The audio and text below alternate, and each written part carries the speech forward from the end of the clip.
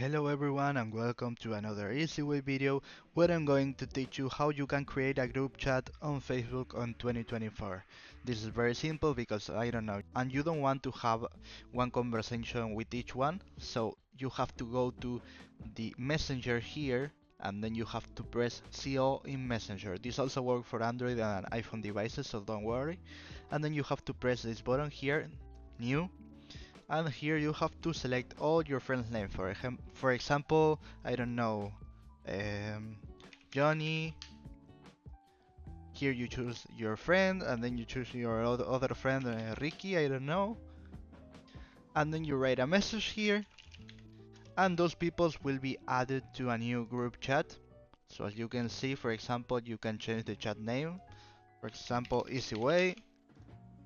I'm so sorry for these people, those are random people, so I don't mean to bother them, but this is it people. So this is how you can create a group chat on Facebook. So if this video was helpful, please subscribe, like, comment, share, and press the bell in the subscription button.